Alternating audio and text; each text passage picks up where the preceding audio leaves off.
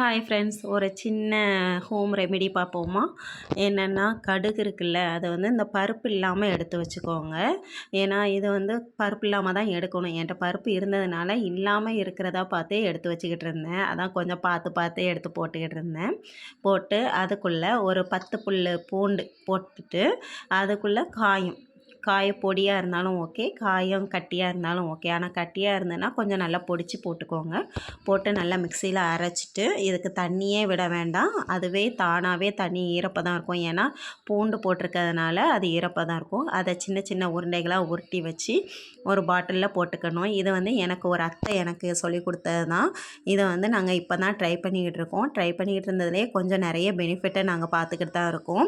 அதே நேரம் சின்னதாக இந்த இதில் வந்து வெள்ளைப்பூடில் மட்டும் கொஞ்சம் ஒரு மாதிரி என்னமோ கருப்பாக இருந்துச்சுன்னு சொல்லிட்டு தூர போட்டுட்டு மறுபடியும் போட்டுக்கிட்டேன் வேறு பூண்டை போட்டுட்டு அதுக்கப்புறம் அரைச்சி அந்த சின்ன சின்ன உருண்டைகளாக எடுத்ததையும் உங்களுக்காக காமிச்சிருப்பேன் பாருங்கள்.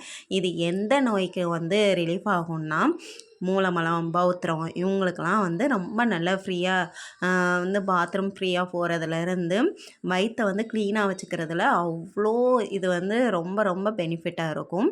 நீங்கள் இதை யூஸ் பண்ணி பார்த்துட்டு உங்களுக்கு எப்படி இருக்குதுன்னு சொல்லிவிட்டு எனக்கு வந்து கமெண்ட் பண்ணுங்கள்.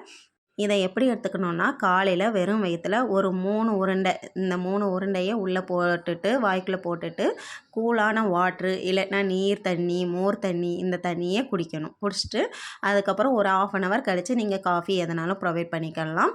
அதுக்கப்புறம் ஒரு ஒரு 48 நாளைக்கு இதே மாதிரி ட்ரை பண்ணி பார்த்துட்டு எப்படி இருக்குதுன்னு சொல்லுங்கள். நாங்கள் செஞ்சு பார்த்ததில் நல்லா இருந்துச்சு. Bye friends.